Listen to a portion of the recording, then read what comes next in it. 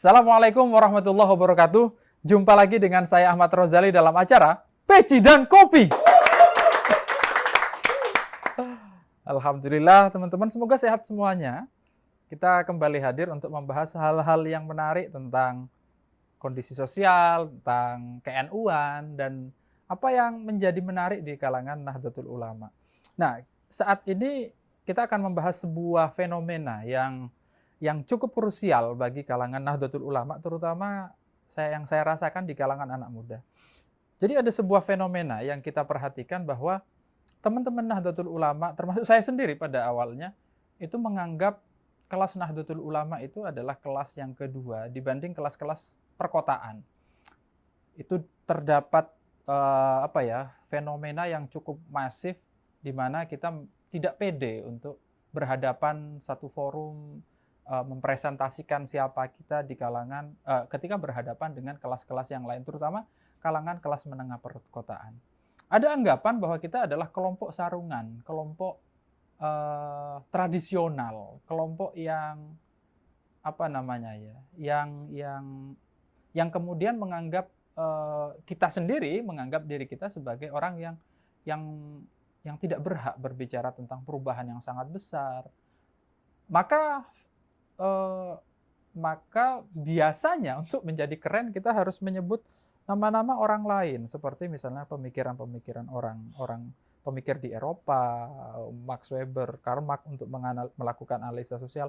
Itu sepenuhnya tidak salah, tapi menurut saya ada satu sisi yang saya rasakan, mungkin juga dirasakan oleh orang lain, dan memang saya melihatnya itu terjadi, ada ketidakpedean secara masif yang dirasakan itu. Itu mungkin karena kita sudah diklasifikasi sebagai kelompok sarungan atau kelompok dulu dalam teori ada tiga kelompok, ada kelompok santri, kelompok priai, dan kelompok abangan. Santri dianggap lebih tidak keren daripada kelompok si priai ini. Apakah penyebabnya itu dan bagaimana kita mengatasi masalah itu? Nah, saat ini ada sebuah gerakan sebenarnya yang bermuara pada akhirnya untuk membuat kebanggaan itu muncul lagi. Salah satu hipotesisnya itu karena kita tidak banyak mengetahui cerita-cerita tentang bagaimana kerennya ulama kita. Di era tahun 1800-an hingga 1900-an awal, Anda bisa melihat, kita menyaksikan sendiri ada banyak masyayikh kita yang menjadi imam di Masjidil Haram, menjadi guru di sana. Artinya keilmuannya sudah diakui di level internasional. Banyak sekali para ulama kita yang menjadi menjadi kiblat dari peradaban Islam era itu. Dan itu seperti terlupakan era emas itu, sehingga kita pada saat ini setelah sekian lama kita seperti tidak percaya diri menghadapi kelompok-kelompok di luar kita. Termasuk misalnya ketika berhadapan dengan ilmuwan di luar negeri misalnya. Kita sering sekali menganggap diri kita itu tidak lebih hebat lah. Nah, itu menjadi persoalan tersendiri karena itu jumlahnya sangat besar.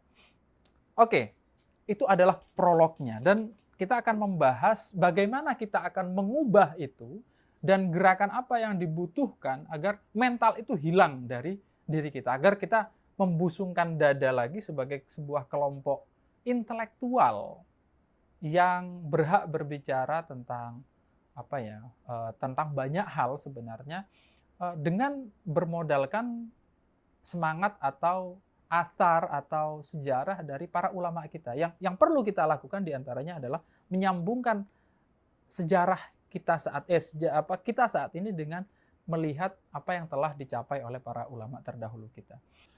Telah hadir bersama kita di studio Usman Hasan, atau biasa kita kenal dengan nama Ra Usman. Beliau adalah Khodim Lajnah Turos Ilmi Syekhona Khalil. Khodim itu kalau dalam tradisi kita itu adalah pimpinan. Jadi banyak sekali di kalangan pesantren seorang kiai bilang Khodimul Ma'had. Itu artinya pimpinan pesantren. Assalamualaikum, Rah. Waalaikumsalam warahmatullahi. Sehat, Rah? Alhamdulillah, saya. Selamat datang di Compok Kula. Terima kasih, Rah, sudah hadir di Talkshow Peci dan Kopi. Kita akan membahas hal-hal menarik itu tadi. Oke. Saya mau tanya dulu nih. Kan kita ada fenomena warga masyarakat itu yang warga NU lah ya, yang utamanya yang muda-muda itu merasa tidak tidak merasa menjadi kelas kedua itu kan hasil obrolan kita ya Iya, sebetulnya. iya, betul. Itu benar karena diantaranya karena tidak paham betapa hebatnya Nahdlatul Ulama di era dulu atau bagaimana? Iya. Jadi secara garis besar memang ulama-ulama kita yang berkiprah di Timur Tengah dalam hal ini Hijaz pada waktu itu sebelum berganti Arab Saudi itu dimulai sejak abad atau sejak sekitar tahun 900-an Hijriah. Mulai dari Sultan Syarif Hidayatullah, putranya Sultan Hasanuddin dan seterusnya. Dan relasi itu terus terjaga sampai muncul nama-nama beken seperti Syekh Abdul Rauf Asingkili, Syekh Yusuf Al-Makassari, Syekh Abdul Samad Al-Falenbani, dan kemudian yang memiliki atau yang juga itu Syekh Muhammad Arsyad Al-Banjari. Itu adalah nama-nama beken yang keilmuannya sudah diakui oleh dunia keislaman. Terbukti nama-nama beliau itu tercatat dalam sanad. Sanad itu merupakan legalitas dari ilmiah yang diberikan dari gurunya ke murid itu dengan seleksi yang cukup ketat sekali, yang sehingga seseorang murid itu mencapai pada ahli sanad atau disebut dengan musnid. Artinya Ampean itu mau bilang bahwa sebelum tahun 900 Hijriah, betul ya? 900 Hijriah dimulai, baru dimulai. Ketika 900 Hijriah di era itu, ulama kita itu sudah dekat sekali hubungannya, sudah WA-an lah kalau sekarang, video callan lah sama kerajaan-kerajaan di luar kita, sama ulama-ulama di luar negeri. Betul. Artinya era itu kita sangat metropolis, mendunia. Kita pemikiran para ulama kita diakui di seluruh dunia. Ya, bagaimana tidak? Lawang kita memang jalur rempah memang harus ke kita. Jadi salah satu faktornya juga jalur rempah yang mempercepat hubungan. Mempercepat hubungan. Oke. Nah, di Ra Usman ini sedang punya proyek, Lajnah Turas lebih tepatnya, sedang punya proyek untuk mengangkat cerita ke bagaimana ulama itu sangat metropolis atau bagaimana ulama itu diakui melalui gerakan yang namanya Nahdlatul Turas. Betul, Ra? Betul. Buat apa Nahdlatul Turas itu? Coba dijelaskan. Itu kayak Nahdlatul Waton zaman dulu atau bagaimana? Iya. Jadi sebetulnya pegiat Turas itu sudah ada sejak dulu sebetulnya. Tapi pergerakannya sifatnya itu sendiri-sendiri atau perlembaga-perlembaga yang belum diakomodir oleh lembaga besar untuk sekedar untuk memberi infrastruktur informasi agar lancar jalannya sekedar infrastruktur dan seterusnya itu. Artinya waktu sebelumnya ini sudah ada tapi belum terkonsolidasi. Terkonsolidasi, betul. Nahdlatul Turas itu mau mengonsolidasi itu. Di antara tugasnya ya seperti itu. Buat apa? Ya begini, jadi kan lagi-lagi kita itu memiliki ilmuwan mulai dari zaman sebelum Islam dulu atau Hindu Buddha. Ya. Itu kita itu sudah segitu majunya peradaban kita. Peradaban yang maju sedemikian rupa itu pasti memiliki buku panduan atau ilmu panduan di bidangnya masing-masing. Oke, setuju. Kita ambil contoh di bagaimana betapa kuatnya kita di pertahanan pangan, pertahanan dari musuh, pertahanan laut, dan seterusnya. Cara mengelola negara, sistem kerajaannya seperti apa. Itu semua diambil dari buku-buku panduan itu. Oke, sudah ada modulnya lah waktu itu. Sudah ada modulnya. Yang kita juga hari ini mungkin lupa ya dengan itu. begitulah. Kita selalu terlena dengan orang-orang barat. Tidak itu dunia pesantrennya atau dunia akademisinya itu sama saja. Sama saja. Lebih membanggakan produk luar daripada produk lokal. Yang kualitasnya tentu sebagai gambaran ya. Ada Mufti Syafi'iyah di Mekah, itu Syekh Ismail bin Utsman Az-Zain Al-Yamani Sumal Makki. Beliau dalam kitab Qurratul Ain apa Uyun itu ditanyai oleh salah seorang santrinya buku fatwa itu tentang konteks Indonesiaan. Ya. Akhirnya beliau itu tahun berapa itu? Sekitar tahun 1090-an lah ya, atau 80-an. 80-an ke 90-an. Oke. Beliau menjawab pertanyaan itu, tapi diakhiri dengan sebetulnya kamu jangan repot-repot tanya ke saya. Karena ulama-ulama di negara kamu itu banyak yang lebih alim dari saya. Itu Mufti Syafi'iyah yang bilang. Yang Makki dan Yamani itu. Makki al-Yamani yang sudah mendapat predikat mufti. Kemudian kenapa kok begitu? Karena fatwa itu lagi-lagi tentang harus banyak hal untuk memutuskan. Di samping ketepatan dalam istidlal, juga kecocokan antara realitas yang ada dengan tatbik. Tatbik itu kan atau menerapkannya itu kan butuh kejelian tersendiri. Harus kontekstual. Betul. Artinya ketika si santri ini nanya kepada beliau ini, kenapa kamu nanya jauh-jauh ke Mekah sini?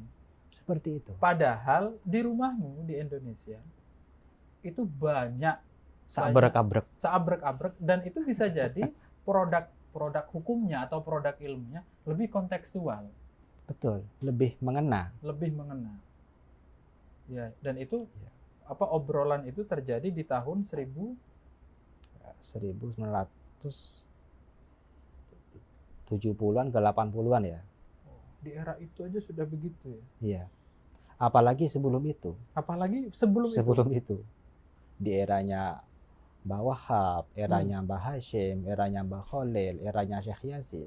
Itu Masjidil Haram itu sudah penuh sekali dengan pengajar ya, bukan pelajar, tapi pengajar-pengajar dari ulama yang berasal dari Al-Jawi atau kita kenal dengan Indonesia sekarang atau Nusantara. Sebab sebelum itu belum ada negara Indonesia. Iya. Itu klaim atau ada buktinya? Bukti itu. Apa buktinya? Seperti pengakuan Sonok Horgoronya dalam beberapa bukunya itu beliau mencatatkan nama-nama atau memotret kegiatan Makkah di masa itu. Dan itu seabrek-abrek ulama kita yang mengajar di sana. Bisa disebutin siapa aja?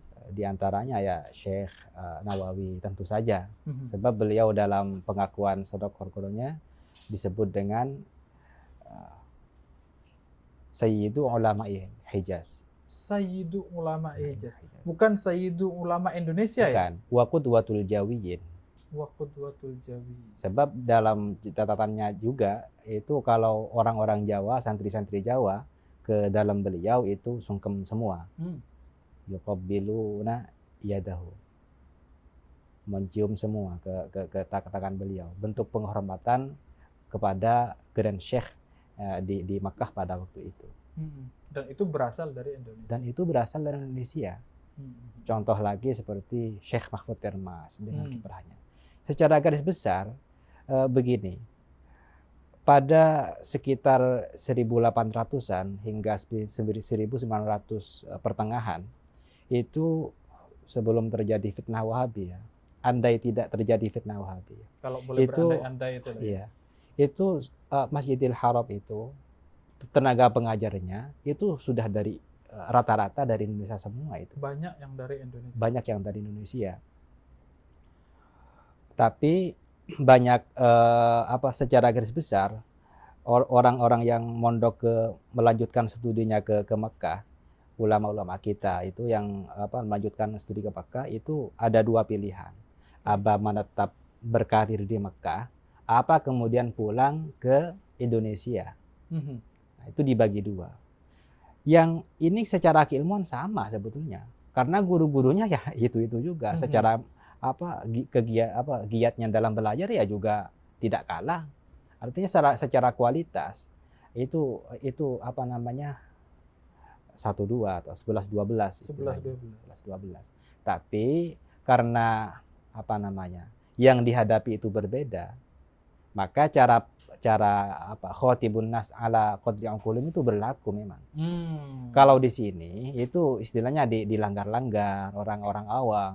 Kemudian beliau-beliau yang para muhaddis misal ke langgar-langgar umum, misal haddatsana fulan, ya keburu tidur. Bukan mereka bukan ahli hadis, bukan. Ya. Tapi karena memang tuntutan dakwahnya seperti itu. Berbeda. Kalau di Indonesia gimana kalau di Indonesia? Ini contohnya lagi. Jadi di antara kehebatan ulama kita dulu, itu kalau kita kembali lagi menengok pada catatan thalabatun ilmi, santri-santri Makkah pada periode itu yang kemudian menjadi masyayikh besar di negara kita, itu di kitab-kitabnya itu banyak. Qarrarahu Syekhuna An-Nahrawi, Banyumas itu. Qarrarahu Syekhuna Nawawi, ya Banten itu. Qarrarahu Syekhuna Abdul Hamid Kudus, dan seterusnya. Qarrarahu Syekhuna Mahfud Termas ila akhirih. Itu dengan bangganya mereka mengatakan begitu.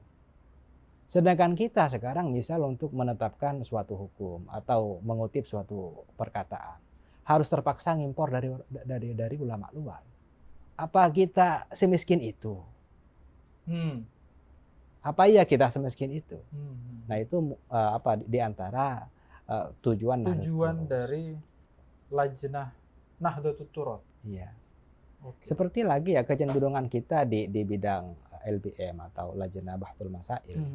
Itu yang kemudian keputusannya itu cenderung mengambil apa namanya produk-produk luar negeri. Nah, ini. Cintailah produk-produk lokal. Bukannya kita tidak mengakui mereka, ya mereka sangat kompetensi di bidangnya. Mestinya iyalah. Seperti Ibnu Hajar, Imam Romli, ya jelas harus mengacu ke sana. Tapi setidaknya itu mulai promosi itu harus dimulai dari itu. Artinya misal kita memutuskan di LBM hasil keputusannya kurang begitu manis kalau tidak dibumbui dengan ulama lokal. Karena itu harus dimulai itu lebih kontekstual ya. Lebih kontekstual. Oke, kita kembali lagi ke obrolan kita tentang apa yang dilakukan oleh Lajnah Lajnah Turath, sehingga melakukan gerakan Nahdlatul Turath, menginisiasi gerakan Nahdlatul Turath. Itu kan ceritanya begitu. Jadi sekarang proyeknya adalah mengumpulkan cerita atau turath sebanyak mungkin untuk diangkat ke permukaan. Betul. Itu dari mana? Kapan mulainya itu? Kenapa kok kepikiran begitu? Ya, awalnya begini. Kita dulu itu sekitar 3 tahun yang lalu ya, mencari kitab Al-Matnus Syarif yang dikarang oleh Syekhona Khalil. Itu sudah cetak di Mesir sekitar tahun 1930 sekian. 1930 sekian itu yakni Syekhona wafat selisih 6-4 tahun, yang dicetak oleh orang Pasuruan, santrinya sendiri, yaitu Syekh Ahmad Kusyairi, mertuanya Mbah Hamid. Gitu. Dan beliau juga mencetak kitab Syekhona yang lain namanya kitab As-Silah. Kitab As-Silah fi Bayanin Nikah. Fikih panduan nikah dan fikih mukhtasar ringkasan ibadah. Panduan ibadah. Itu kita heran aja, ini kenapa kitab Mbah Khalil kok diterbitkan orang Pasuruan gitu. Kenapa di Bangkalan nggak ada gitu? Kenapa di Bangkalan nggak ada? Nah kita curiga aja, masa beliau nggak punya tulisan? Akhirnya kita mencari informasi ke sana kemari, dan mungkin 1 bulan sebelum bulan Ramadan, Masya Allah, Sya'ban ya, atau Rajab waktu itu, kitab pertama kali yang kita temukan itu ada kitab Alfiyah Ibnu Malik. Tulisannya Syekhona Khalil, itu lengkap dengan maknanya, lengkap dengan takriran atau catatan pinggir dari beliau. betapa bahagianya kita waktu itu. Masya Allah, ini ada secercah harapan. Akhirnya waktu itu kita kumpul-kumpul sama keluarga yang muda-muda itu. Ini ada kitab seperti ini mau diapakan? Oke. Apa kita kembalikan ke orangnya? Ke orangnya Apa siapa? ke orangnya pemilik kitab ini kan dibeli, ditemukan di dzurriyyah orang yang membeli dari Mbah Khalil itu. Oke, sebelum lanjut, saya ingin mendudukkan dulu. Ra Usman atau Usman Hasan ini, atau kita kenal dengan Ra Usman, ini adalah keturunan dari Syekhona Khalil Bangkalan. Sebagaimana kita tahu, tentu Anda tahu, atau kalau tidak tahu, kita kasih tahu bahwa Syekhona Khalil Bangkalan ini adalah ulama yang besar sekali di Indonesia, yang salah satunya beliau adalah gurunya dari Kiai Haji Hashim Asy'ari, yang pendirian NU waktu itu juga atas perintah atau apanya ya, restu dari Syekhona Khalil Bangkalan, termasuk dari kalau ceritanya tongkat ya Raya, tongkat tasbih yang dititipkan, yang diberikan kepada Mbah Hashim Asy'ari melalui Kiai As'ad. Oke. Nah, di sebelah sini yang Anda dengarkan dari tadi ini adalah keturunan dari Syekhona Khalil Bangkalan. Jadi kalau kita berislamnya melalui jalur itu, sekarang beliau generasi kelima, kita masih, Anda punya hutang banyak lah. Kira-kira gitu. Lanjut, Ra. Jadi singkat cerita, setelah 3 tahun lalu itu mencari dan kemudian menemukan naskah yang ditulis oleh Syekhona di tempat lain, bukan di lingkungan keluarga ya. Betul. Bukan. Nah, terus setelah itu ya kita kumpul-kumpul dengan keluarga, ya menawarkan ini mau diapakan? Apa mau kita kembalikan lagi? Apa kita cukup tahu bahwasanya beliau punya tulisan? Atau kita mau supaya kita mendapatkan barokah aliran ilmu beliau lagi? Nah, terus diputuskan akhirnya mau tidak mau kita harus pamitan pada sesepuh. Ya kita pamit. Fadkhulu min abwabiha. Akhirnya terus? Ya, akhirnya respon dari beliau-beliau itu luar biasa sekali, mendukung gerakan kita. Akhirnya kita putuskan ya mau tidak mau ya harus dibentuk lembaga, dan kemudian dibentuklah lembaga yang dinamakan dengan Lajnatul Turas Al-Ilmi li Syekhina Muhammad Khalil Al-Bangkalani itu. Oke. Itu awal mulanya. Ya. Dalam perjalanannya kemudian kita dipermudahkan oleh Allah Subhanahu wa taala untuk menemukan beberapa manuskrip yang tercecer di tempat-tempat yang lain. Akhirnya itu. Dan itu rata-rata bukan ada di dzurriyyah. Rata-rata itu malah ada di santrinya, ada di iparnya dan seterusnya. Yang sekarang total jumlahnya itu ada sekitar 30-an manuskrip. 30-an manuskrip. Iya. Dan itu kami yakin sementara. Kenapa begitu? Karena manuskrip yang paling dekat dengan wafatnya beliau itu ditulis ketika beliau usia 80 tahunan. Misal seperti Al-Quran tulisan Ki Abdul Karim yang kemudian tulisan tangan yang kemudian dimaknai oleh Syekhona Khalil mulai awal sampai akhir.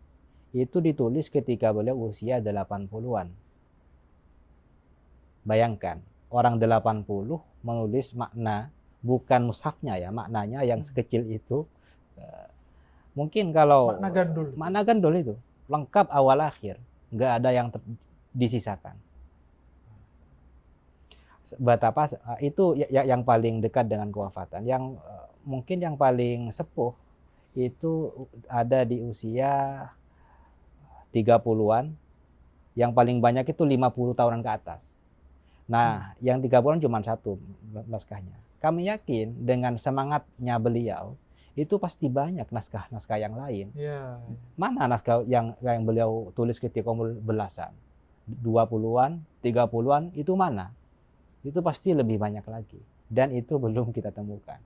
Jadi sampai sekarang baru ada 30-an. Dari yang hanya 2, sekarang sudah 30-an. Nah,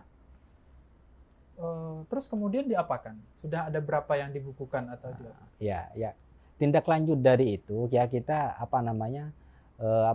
mengajak kerjasama ke beberapa pesantren Dzurriyah, di antaranya Pondok Syekhona Khalil yang dalam hal ini banyak membackup keperluan kita. Ada juga Pondok Nurul Khalil, ada Pondok Al Khalil An-Nuruniyah, ada Pondok Al Falah Kepang dan seterusnya. Itu merasa sama-sama memiliki untuk bagaimana caranya itu tumbuh.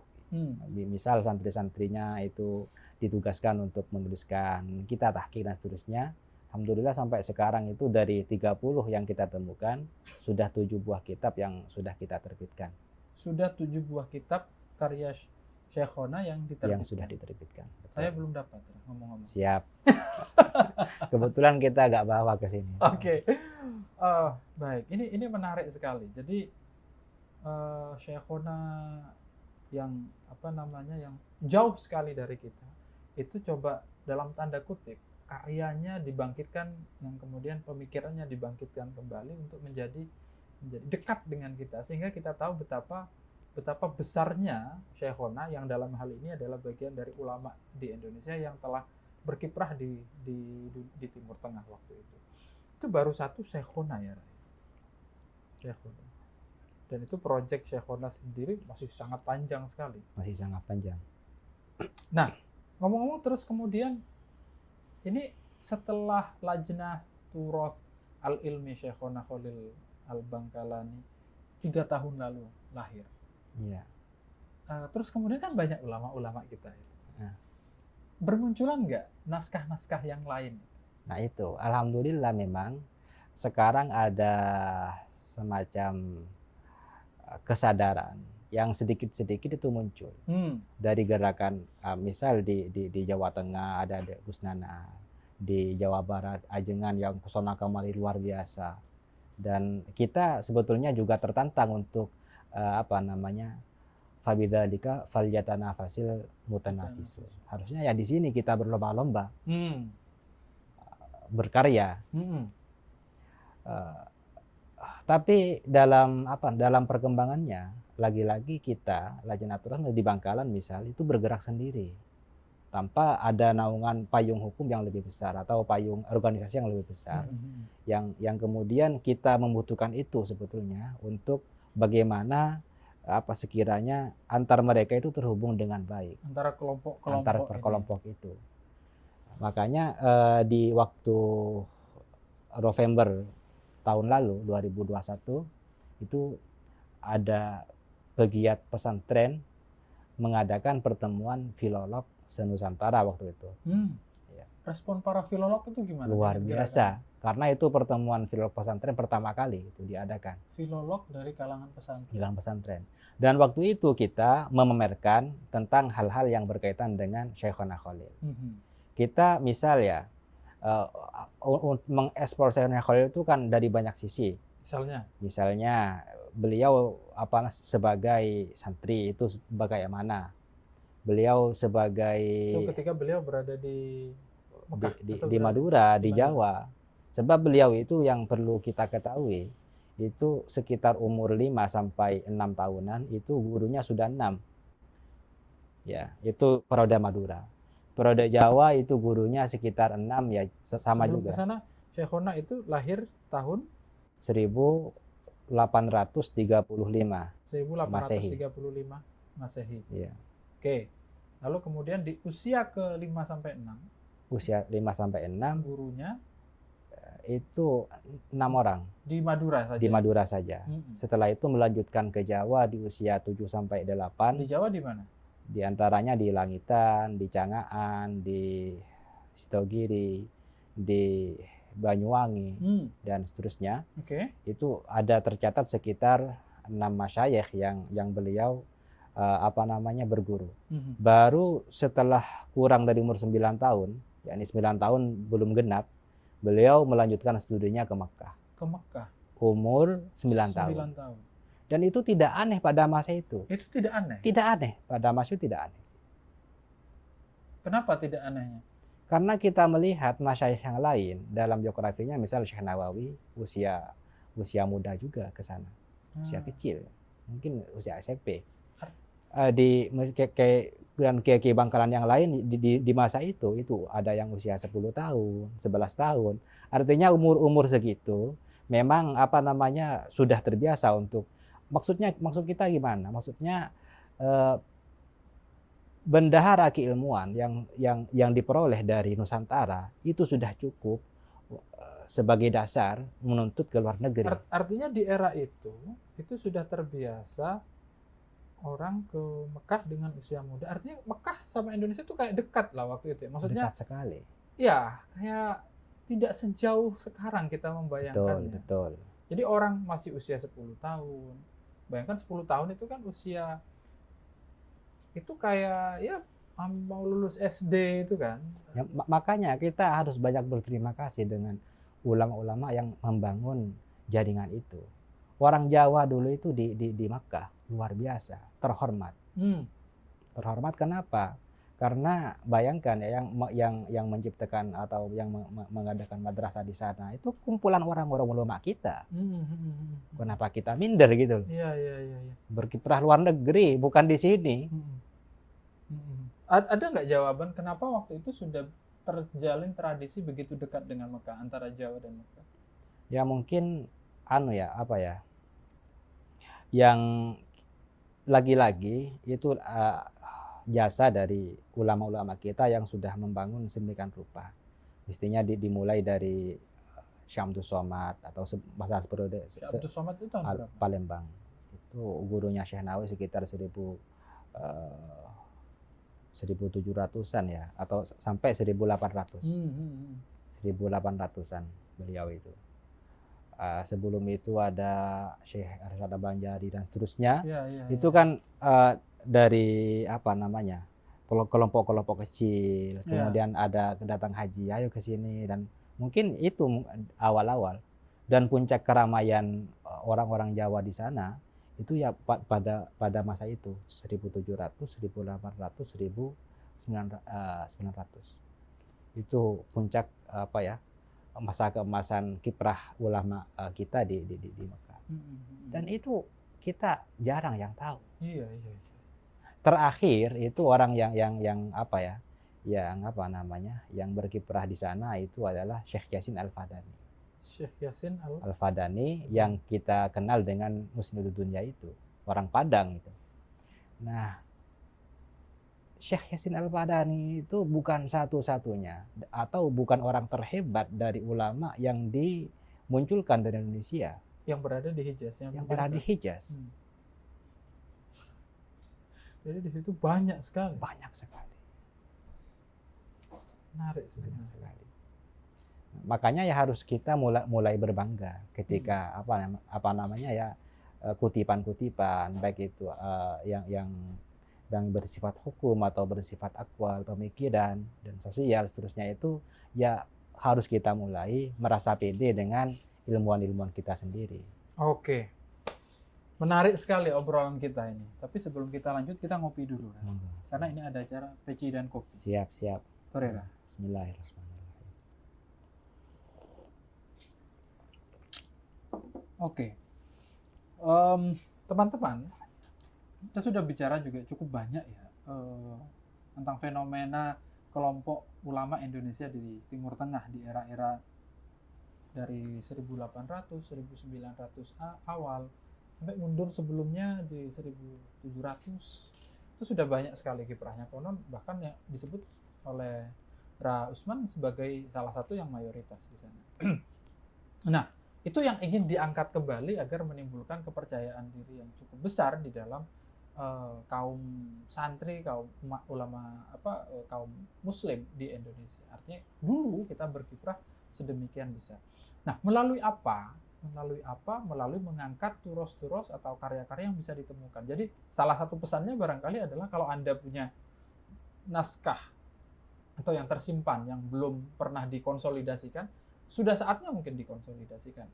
Nah, yang dilakukan saat ini oleh Lajnah Turoth atau teman-teman yang lain juga dengan gerakan Nahdlatul Turoth adalah dengan membawanya ke permukaan melalui pameran-pameran. Nah, ini yang sedang dilakukan ya Raya. Selain mencetak buku, mengangkat ke permukaan dengan pameran, berharap banyak orang melihat dan orang, oh saya juga punya, terus diangkat juga, Betul. dikonsolidasi, dan yang sudah lengkap dicetak kembali. Betul. Nah, bisa diceritakan itu, Ra? Prosesi, terus kemudian apa namanya, tantangannya melakukan gerakan itu, ada pameran, ada cetak buku dan seterusnya. Betul. Mungkin kami ambil dari apa namanya, mikot pertama kita ya. Sebab kita ada kegiatan Nahdlatul Turas itu juga disaksikan langsung oleh Syekhona Khalil. Jadi kita malu kalau sampai nggak jadi gitu. Di depan makam beliau kita berikrar dengan menamakan Nahdlatul Turas itu. Di depan Nah, masjid. iya. Jadi meneruskan cerita tadi, jadi di pinggir kita berdiskusi tentang apa namanya, tindak lanjut dari Turos itu ada pameran.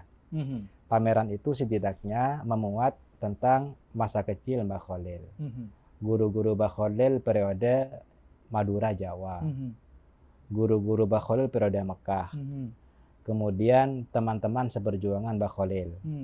Yang terakhir adalah murid-murid Mbah Khalil. Nah, banyak orang misal yang mengatakan kalau ingin tahu siapa Syekhona Khalil, lihatlah murid-muridnya. Kami kira itu belum cukup. Kami kira itu belum cukup karena kalau ingin tahu Syekhona Khalil, lihatlah guru-gurunya siapa. Guru-gurunya? Guru-gurunya siapa? Siapa guru-guru beliau? Guru-guru beliau itu orang-orang beken semua. Misal di Madura ada yang semangatnya luar biasa, yaitu ayahnya. Beliau adalah ad-da'iya ilallah, Kiai Al-Haj Abdul Latif, ayah beliau sendiri, yang setiap harinya itu kerjaannya berdakwah dari kampung ke kampung dengan ikhlas lillahi ta'ala. Jiwa seperti itu mungkin yang apa namanya, mau tidak mau ya memang mengalir kepada Syekhona Khalil. Yang kedua ada Kiai Muqaddas. Beliau adalah lulusan putra dari Ki Abdul Karim. Ki Abdul Karim adalah putra Qadi Abbas Madura atau penghulu Madura Barat pada waktu itu, Bangkalan dan Sampang. Itu sudah berjejaring dengan ulama Makkah yang dikenal dengan Syekh Muhammad Shalih Al-Rais. Itu mufti Syafi'iyah di zamannya sekitar 1100-an ya Hijriyah. 1100-an Hijriyah itu Ki Abdul Karimnya. Ki Muqaddas ini alim luar biasa. Pada waktu itu zaman di sana itu sudah banyak orang-orang dari Jawa yang mondok di apa namanya, di Ki Muqaddas itu. Di antaranya Pondok Langitan, Pondok di Bunga, Pondok di Gresik dan Lamongan dan seterusnya, itu sudah banyak. Itu guru-gurunya. Yang lain lagi misal kayak Nur Langitan. Ada lagi yang Kiai apa namanya, Abdul Latif Jangaan. Dan yang paling inti adalah beliau itu ketika menuntut ilmu langsung mencari ke sumber asalnya atau ke ahlinya. Misal beliau mau belajar tauhid, itu belajar ke yang namanya Kiai Jangaan. Atau beliau mau belajar tentang tata bahasa Arab, beliau ke Langitan dan seterusnya. Pendalamannya itu apa namanya, seperti itu modelnya. Ya. Oke, misalnya ini saya penasaran, dan juga teman-teman tentunya mungkin yang selama ini mendengar ya tentang Syekhona. Iya. Kalau digambarkan, sampai kan sudah melakukan selain dari Durriyah sendiri, sudah melakukan kajian sedemikian rupa yang mendalam. Kalau kita diajak mendapat gambarannya Syekhona itu seperti apa sih orangnya, baik secara fisiknya terus dan kepribadiannya, misalnya dari cerita-cerita atau kitab-kitab yang ditulis oleh Syekhona atau orang lain. Kalau secara fisik, beliau itu menurut persaksian para santrinya itu mengatakan mirip dengan cucunya yang bernama Kiai Khalil Age. Kiai Khalil Agil. Kiai Khalil Age itu adik dari Kiai Abdullah Sakhan. Ya. Itu bagaimana tingginya, apa besarnya? Kurang lebih seperti itu. Wajahnya. Seperti itu, ya. Ada lagi yang mengatakan mirip dengan putrinya yang bernama Nyai Asma binti Syekhona Khalil. Ya, jadi kira-kira lah penggabungan antara keduanya lah kira-kira begitu. Itu secara wajah. Makanya kami juga perlu untuk mengklarifikasi foto-foto yang tersebar di media itu sebetulnya ya bukan foto beliau, ya gitu. Ada yang fotonya Habib, ada yang fotonya santrinya, ada yang foto Sampean punya fotonya? nggak ada memang, Nggak ada ya? memang nggak ada. Sampai dulu Ki Abdullah Sakhal sampai bilang begini beliau, kalau ada orang yang mengaku punya fotonya Syekhona Khalil, ketok kuping saya apa jadi saya gitu. Wah, Iya, sampai berani mengatakan begitu. Karena beliau Ki Abdullah Sakhal itu kan banyak sowan ke santri-santrinya Syekhona Khalil. Pasti menanyakan tentang hal foto itu pasti. ya. Dan semua santri itu sepakat mengatakan di antara karomahnya Ki Khalil tidak bisa difoto gitu. Itu secara wajah ya. Untuk masalah kepribadian beliau itu kita luar biasa beliau itu. Luar biasa itu maksudnya apa yang mau kita katakan? Orang yang dari usia 6 tahun sampai wafat berkegiatan dengan kitab terus. Apa yang mau kita katakan? Andai beliau tidak punya karomah selain itu cukup lah. Kami kira cukup. Usia 80 tahun masih maknani itu gimana? Kecintaannya terhadap ilmu. Kecintaan terhadap ilmu. Ya seperti kata Imam Syafi'i itu, andai orang alim bukan wali, terus siapa yang mau jadi wali? Iya, iya. Orang-orang yang gak sembahyang gitu. Enak bener gitu. Kata Gus Baha itu alim itu Iya. lebih tinggi dari wali. Itu di samping masalah keilmuannya. Iya, iya, iya. Masalah kecintaannya terhadap aurat, wirid-wirid, itu lain hal. Masalah kecintaannya beliau terhadap fuqara, senang berderma. Di antara kehebatan beliau lagi atau di antara syama'il beliau yang harus kita contoh, sifat dermawan beliau. Beliau itu setidaknya dalam satu hari mempunyai 2 waktu yang bersedekah secara rutin. Pertama ketika setelah habis sembahyang subuh, yang kedua ketika habis jamaah asar. Setelah sembahyang subuh sama ba'da asar. Ya. Jadi beliau itu di antara ceritanya setelah subuh itu dari Masjid Jami' Bangkalan ke dalamnya yang di Demangan berkisar antara 300 meteran mungkin.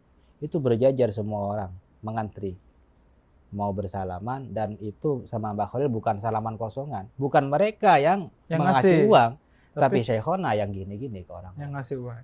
Itu subuhnya. Habis jamaah asar, beliau itu mengitari gang-gang di Bangkalan, di kota Bangkalan. Naik delman atau dokar ya. Itu ada beliau bawa beras, bawa permen, bawa uang. Nah, itu menyesuaikan. Ada yang beras, kalau anak-anak kayak permen, kalau ingin cepat ya uang dan seterusnya. Kalau sehari sih mungkin kita bisa. Apa kita tidak melakukan walaupun sehari? Tapi ini dilakukan tiap hari. Tiap hari. Tiap hari. Ada enggak? Itu kalau mau nyalon jadi apa? Jadi apa aja bisa. Andaikan tidak ada karomah beliau selain ini, itu cukup. Di antaranya lagi, beliau itu setiap hari menghatamkan Al-Quran. Menghatamkan setiap hari. Andai tidak ada karamat beliau selain itu, cukup. Beliau itu, Masya Allah, ya itulah. Itu di samping kegiatan beliau berdakwah ke turun ke desa-desa, di samping beliau mengajarkan santri-santrinya. Kok bisa bagi waktu seperti itu? Kita belum bicara masalah terbang ya ini. Belum bicara masalah bisa lewat air atau apa. Belum iya, ini. iya. Ini yang sosial yang kelihatan saja, yang masih masuk akal. Nah, Syekhona ini adalah ulama yang sangat karismatik tadi diceritakan dan melahirkan murid-murid juga yang sangat luar biasa dahsyat. Kita bisa sebut lah ulama-ulama yang kita kenal hari ini. Mungkin tidak banyak, mungkin sebagian Anda atau sebagian lain tidak yang tahu siapa saja murid-murid beliau. Misalnya Mbah Hasyim Asy'ari. Siapa lagi? murid-murid beliau yang Yang masyhur. periode sepuh itu ada Ki Hasan Sepuh Genggong. Ki Hasan Sepuh Genggong, Pondok Ya. Pesantren Nurul Jadid. Eh, Bukan, Genggong. oh Pondok Pesantren Genggong Zainul ya. Hasan kalau. Terus Ada yang Masya Allah, Ki Nawawi Stogiri yang Ki kebetulan merupakan dua pupu beliau ya. Sepupu dua kali dari beliau. terus Ada Habib Salim bin Jindan, ada ya terlalu banyak untuk disebutkan, terlalu banyak. Intinya menurut Syekh Senap Horgronya ya, tenaga pengajar di Mekah pada waktu itu 90-nya itu 100 dari 90 tenaga pengajar di tenaga Masjidil Haram itu adalah santri dari Syekhona Khalil. Karena seakan-akan memang ada pembagian tugas antara Syekh Nawawi dan Syekhona Khalil.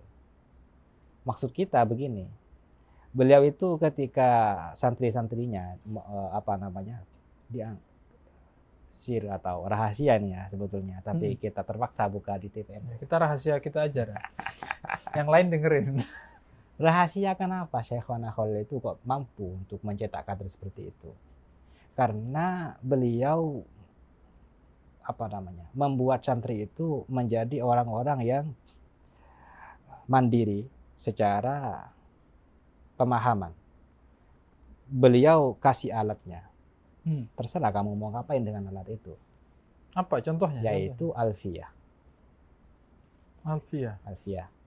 Jadi di pondok Syekhona Khalil dulu, cerita dari Kiai Hasyim Asy'ari yang diturunkan ke Ki As'ad, yang kemudian diturunkan ke Khalil Kepang, itu mutasil kabirun dari orang-orang besar semua itu. Itu Syekhona Khalil tidak mengizinkan santrinya untuk pindah pondok atau berhenti kecuali memenuhi dua kriteria ini. Satu, Pertama menghafal alfiyah, yang kedua mahir alfiyah. mahir alfiyah. Jadi gambarannya santri-santrinya Mbah Khalil itu zaman dulu itu sudah cukup untuk mengarang nazom ya, walaupun sebelumnya pindah ke Mekah. Apalagi yang melanjutkan, itu gambarannya seperti itu. Karena sudah pegang ilmu alatnya. Ilmu alat. Jadi nah, kemudian, ilmu alat ini yang kemudian membenarkan beliau ada syirannya. Siapa orang yang membaca kitab tapi tidak punya nahwu, maka fa'dudhu fil baqari. Anggap orang itu sapi aja. Artinya memang yang beliau berikan itu adalah alat untuk memahami atau kuncinya. Ya, betul. Ini kunci. Silahkan kamu buka apa aja. Mau buka Seperti ilmu fikih, mau buka ilmu tasawuf, pada Seperti akhirnya kan itu. nggak salah baca. Nggak salah baca. Ketika nggak salah baca, insya Allah secara pemikiran benar, pemahaman benar. Itu ya kunci kesuksesan dari Mbah Khalil. Maka kita teliti santri-santrinya Mbah Khalil yang yang sanggup mengemban misi alfiyah itu sampai sekarang jaya. Sampai sekarang.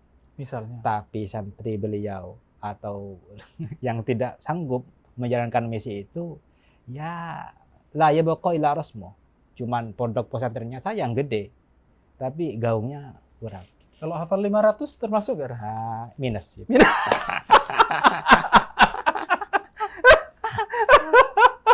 Santri yang hafal 500 ini gimana ini nasibnya? Ya, Fatihah aja lah yang banyak ini. Buat nembel. Ya, bukan dengan Fatihah, itu dengan ngafalin itu. Harus tinggal ngafalin ya. Aduh. Saya ingat itu kalau udah alfiyah itu pas buru itu. Sehari harus seminggu itu store cuma berapa? Kalau sudah nggak bisa tuh gini. Penjalin. Waduh. Insyaallah alfiyah. Baiklah. Oke. Siapa? Silakan minum lagi. Sebetulnya dari tadi nungguin supaya ditawarin. Baik. Oke, Syekh Hoda sendiri tadi digambarkan itu menjadi sebagai sosok yang sangat cinta terhadap ilmu, ilmuwan lah, Syekh, melahirkan banyak ulama di situ karena mungkin selain cara beliau mengajar, tirakatnya juga begitu dalam. selain apa ya, kalau bahasanya orang sekarang ibadah sosial lah ya, dermawan dan seterusnya. Dan sehingga nama beliau harum sampai saat ini. Harum sampai saat ini karena apa yang telah beliau lakukan. Nah, kira-kira kalau di apa namanya di secara sederhana kita kelompok-kelompok orang-orang yang suka malas belajar itu, apa sih yang paling ini dari Syekhona itu yang paling bisa kita contoh saat ini, yang paling bisa dicontoh, yang menjadi kalau kita belajar dari Syekhona itu yang paling bisa untuk kita contoh saat inilah ya, itu apa? Beliau itu di antara apa ya, di antara hasil riset kita itu semuanya itu digunakan untuk bermanfaat untuk umatnya Kanjeng Nabi Muhammad Sallallahu Alaihi Wasallam tanpa ada embel-embel ingin apa. Itu yang kita pelajari. Misalnya begini ya, beliau dalam riwayatnya belum pernah itu mengumpulkan santrinya walaupun sabrek-kabrek itu. Mengumpulkan dalam artian itu apa ya, menjadi semacam korporat yang sekarang itu pondok-pondok itu cenderung ke sana pergerakannya. Kayak perusahaan semua modelnya. Nah, itu. Jadi beliau itu dalam hal sekecil apapun ingin mendermakan usianya untuk bermanfaat kepada umatnya Kanjeng Nabi Muhammad Sallallahu Alaihi Wasallam. Yang miskin keilmuan, beliau kasih ilmu. Yang miskin harta, beliau dermakan harta. Dan yang perlu diingat ini, beliau itu dalam satu kitabnya menuliskan siapapun orang yang melihat tulisan saya ini kemudian menemukan kekeliruan, tidak sesuai dengan yang benar, maka benarkanlah dengan ikhlas, jangan sampai mencela, karena dan mohon untuk mintakan ampunan pada penulisnya. Seperti bilang ghafarallahu dzunubal katib misalnya, itu beliau catatkan begitu. Betapa beliau terbuka untuk dikoreksi. Itu pertama. Yang kedua, beliau itu adalah kaya. Maksud kaya itu tidak pernah meminta-minta. Beliau itu untuk membangun pondok pesantren ya, itu misal dengan menjual kitab, misal dengan ya intinya keringatnya sendiri gitu, tidak menggunakan jaringan santrinya yang sudah beken-beken itu, ayo sumbangan atau jaringan pemerintahannya dan seterusnya. Iya. Ya itulah mungkin artinya dari segala sisi, misal anak-anak itu bisa mencontoh beliau ketika menjadi anak-anak, orang dewasa, pejabat, apalagi santri ya mesti. Jadi beliau itu memang banyak sisi yang perlu kita teladani. Nah, kemudian semangat itu akan dalam pegiat Nahdlatul Ulama itu kita ingin supaya semangat itu ada di komunitas-komunitas yang lain. Misal Syekh Nawawi Al-Bantani, terus mungkin dalam waktu dekat juga mungkin Syekh Saleh Darat, mungkin Syekh Abdul Hamid Kudus, mungkin juga Syekh Mahfud Termas. Sebetulnya itu yang ingin kita sampaikan, ini loh orang-orang hebat kita. Ya. Orang-orang hebat kita. Itu baru di tanah Jawa ya, belum kita bicara masalah Aceh, belum kita bicara masalah Palembang, Banjar dan seterusnya. Ya. Sangat kaya sekali gitu. Karena di beberapa tempat di luar Jawa juga konon lebih tua ya ini. Lebih tua, betul. Keulamaan. Yang jelasnya ya beliau ke Mekahnya ya lebih dulu, misal berhubungan dengan ulama sana ya lebih dulu seperti itu. Syekh Al-Minangkabawi, ya. Khotib Al-Minangkabawi, Khotib Al-Palembani. Iya, betul. Iya, ini perlu gerakan sehingga bisa membangkitkan seperti itu. Oke. Dan yang perlu diperhatikan lagi, sekuat apapun lembaga kita, kalau itu sifatnya masih lembaga yang strukturnya itu masih kecil, itu nggak ngira kuat. Sebab terlalu banyak dan terlalu besar pekerjaan kita. Maka konsep yadullah ma'al jamaah itu memang tetap berlaku di turas ini. Ketika semua lembaga ini memiliki satu tujuan, itu daya gebraknya kuat. Oke, iya betul. Yadullah ma'al jamaah. Nah, salah satu momen nanti ini adalah ketika ada kita beberapa hari ke depan, tepatnya pada tanggal 8 Februari tahun 2002 ini akan ada Pekan Memorial Syekh Nawawi Banten ya. Okay. Itu adalah salah satu proyek di mana Nahdlatul Thoroz itu memamerkan memamerkan hasilnya, melakukan pameran turos-turos yang sudah terkumpul. Betul. Turos-turos yang sudah terkumpul. Apa saja nanti yang akan dipamerkan di sana? Kalau keinginan kita sih ingin sempurna ya, misal dari semua daerah itu ada perwakilannya. Misal karena ini Pekan Syekh Memorial Syekh Nawawi, tentu beliau mendapatkan porsi yang paling besar lah di acara itu. Tapi kita inginnya itu sebetulnya itu tiap-tiap daerah dari 26 provinsi ya, itu adalah perwakilan dari 34 sekarang. 34 ya. Iya. 34. Sudah tambah sudah. Tambah. 34 provinsi itu kemudian ada ulama-ulama yang dipamerkan di sana. Tapi karena mungkin terkendala waktu ya, mungkin kita risetnya kurang dan seterusnya. Bertahap lah. Tapi insya Allah di situ ada setidaknya sekitar 3 sampai 7 masyayikh dari ulama Nusantara yang akan kita pamerkan. Siapa saja itu? Syekh Nawawi Banten, Syekh Honda Khalil, Syekh Mahfud Termas, Syekh Masya Allah, Abdul Afa Singgili, Abdul Samad Al-Falin Bani, Syekh Yusuf Al-Makassari. Iya, banyak ya. Apa yang paling menarik nanti kira-kira di sana? Katanya mau ada goloknya atau pedangnya Syekh Nawawi. Nah, itu rahasia mungkin.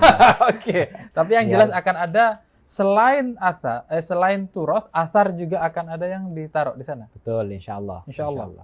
Oke, baik. Wow, ini menarik sekali. Kita memulai dari fenomena kekinian yang ternyata salah satu penyebabnya adalah ketidaktahuan kita tentang sejarah kita. Nah, itu obatnya adalah dengan kita mengetahui sejarah kita sehingga kita semakin percaya diri bahwa kita adalah bagian dari orang yang biasa, yang tersambung dengan negara-negara lain. Karena itu sudah terjadi sebenarnya sejak tahun lama sekali, sejak tahun-tahun lama, dan barangkali karena dulu Indonesia atau Jawa merupakan bagian dari jalur perdagangan dunia, ada jalur rempah dan seterusnya.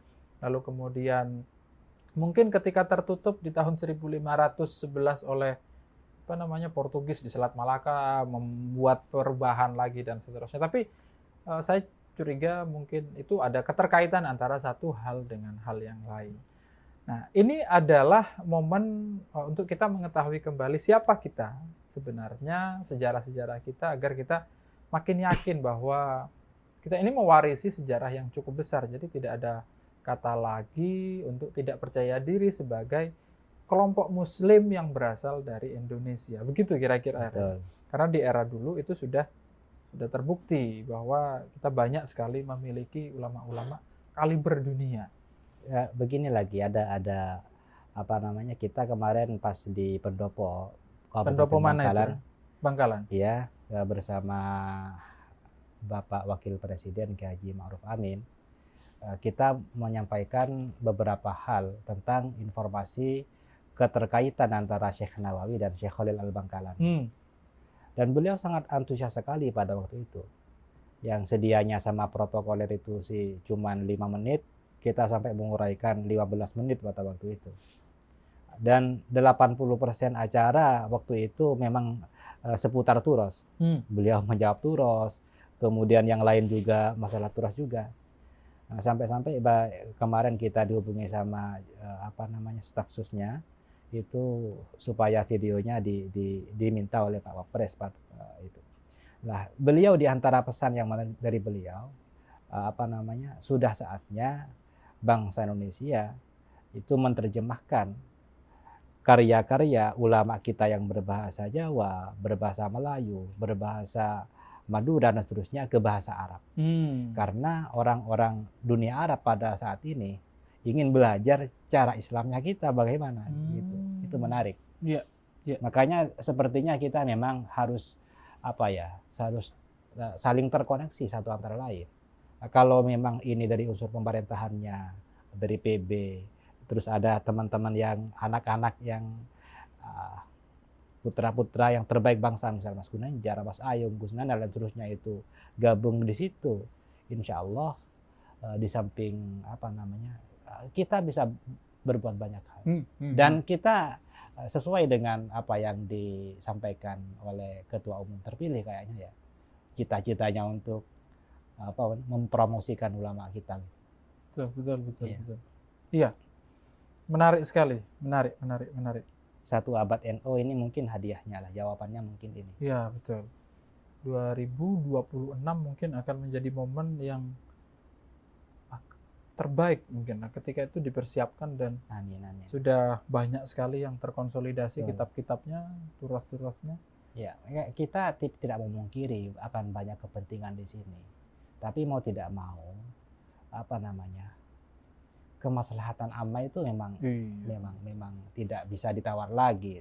Kalaupun ada yang nebeng kan biasa. Tidak ada masalah. Tidak ada masalah. Yang penting tujuan utamanya tercapai. Betul. Ada yang nebeng nggak masalah. Oke. Apalagi kita misal harapan kita kan begini. Ini kan banyak itu tenaga-tenaga muda. Ya lagi-lagi seperti Mas Ginanjar dan Gus Nanal, terus Gus Oying dan seterusnya itu hanya sampel-sampel dari yang lain belum muncul. Yang lain bukan belum muncul, tapi belum bergabung aja. Masih lihat ini apa gitu. Lihat. Jangan-jangan sudah ada orang yang pegang 2000 naskah yang masih lihat dari. Nah, betul seperti itu, betul. Ketika sudah srek hatinya nonton talk show kita ini misalnya kan, wah ini sudah saatnya bergabung. Jadi kalau lantaran wasilahnya talk show ini kan kita dapat juga tercatat lah. Sedikit banyak itu.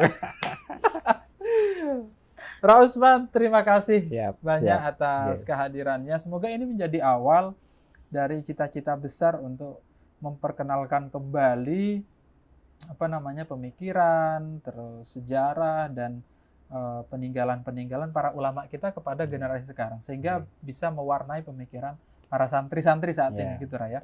Ada kalimat terakhir lah untuk sebagai penutup dari perjumpaan kita sekarang. Dalam menyelamatkan manuskrip atau naskah itu membutuhkan beberapa tahapan. Yang pertama tentu informasi awal keberadaan naskah itu. Yang kedua adalah pengumpulan naskah-naskah itu sendiri dikumpulkan. Yang ketiga, bagaimana cara kita menyelamatkan naskah itu dalam bentuk PDF agar misal file aslinya itu hilang, itu masih bisa kita nikmati ilmunya. Dan yang paling penting dari sebuah kitab itu bukan kitabnya, tapi kandungan dari kitab itu sendiri bisa kita terapkan, itu misal surufnya atau nahunya atau fikihnya dan seterusnya. Di samping daripada itu ada beberapa hal catatan-catatan pinggir yang biasanya itu memuat hal-hal menarik seperti kejadian apa. Tentu hal ini akan berkembang dengan dengan besar kalau kesadaran ini muncul di berbagai daerah dan menjadi kesadaran kolektif dan itu insya Allah harapan kita kepada NU dalam hal ini sesuai dengan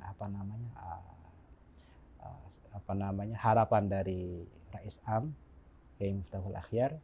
Beliau ketika diwawancara di Lampung setelah melihat pameran yang digelar oleh Nahdlatul Turos, beliau bilang supaya PBNU itu memfasilitasi atau setidaknya memberikan jalan ke ruang-ruang kemana saja agar kerjanya ini menjadi lancar. Dan tentu ya yang paling kita harapkan agar anak-anak muda ini di bawah kontrol daripada sesepuh-sesepuh agar tidak kemana-mana itu. Karena mau kemana-mana juga kadang-kadang nggak bisa kan? Gitu ya. Biar yang muda-muda kalau sama yang sepuh-sepuh, ini Betul. sudah dibukakan Iya. itu cepat urusan itu. Banyak itu dan setelah kita menyelamatkan dalam bentuk file itu nanti kita akan ketik ulang, kita akan ambil mana yang publikasi mana yang paling dibutuhkan untuk saat ini dan seterusnya. Siap, oke.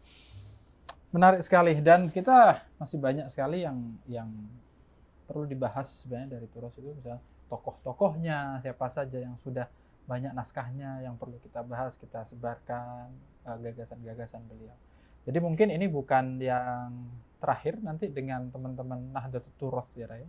Kita berharap kita akan ada sesi-sesi selanjutnya untuk mempromosikan gerakan Nahdlatul Turos ini dari berbagai tempat dengan berbagai tokoh. Kalau tadi kita banyak cerita tentang Syekhona Khalil, nanti mungkin di kesempatan ini kita akan cerita tentang sosok yang lain sehingga pembicaraan tentang para ulama-ulama kita menjadi terbiasa dan kita mengenal lebih dekat ulama-ulama kita, apa yang ulama-ulama kita tinggalkan untuk kita saat ini dan membuat kita makin tersambung lah dengan para ulama kita, karena tanpa ulama-ulama kita dulu yang membukakan jalan kepada Rasulullah SAW mungkin kita masih nyembah pohon barangkali.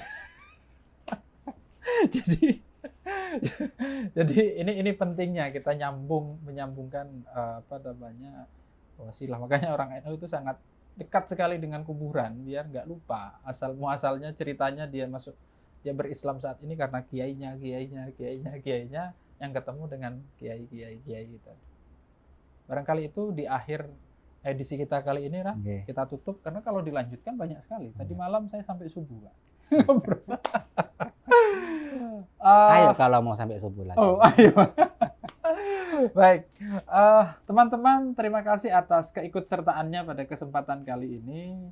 Kita mengakhiri obrolan kita pada kesempatan kali ini tentang bagaimana fenomena di teman-teman muda yang sekarang itu barangkali karena belum tahu tentang betapa hebatnya para ulama kita, dan kita berharap dengan dekat dengan para ulama kita yang sangat metropolis, sangat internasionalis, sangat berada di dunia global di eranya, kita bisa belajar dari beliau dan mengambil pelajaran dari beliau untuk membangun jejaring kita saat ini, jejaring komunitas internasional, wabil khusus jaringan Islam internasional.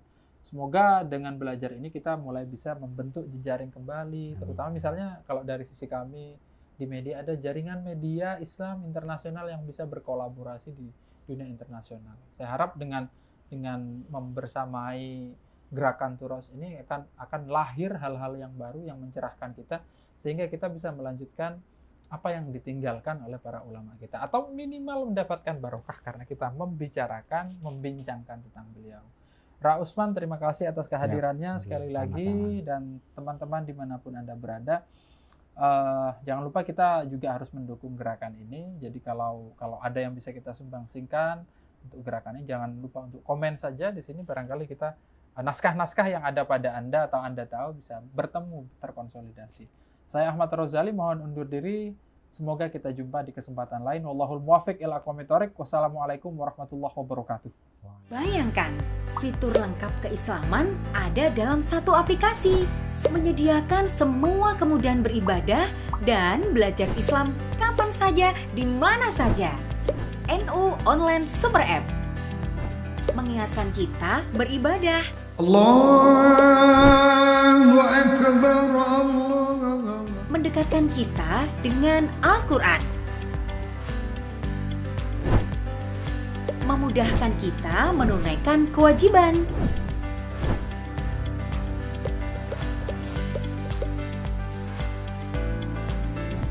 Menjadi sahabat belajar Islam yang baik. Berisi ribuan entry doa, zikir, dan maulid. NU Online Super App, aplikasi keislaman terlengkap.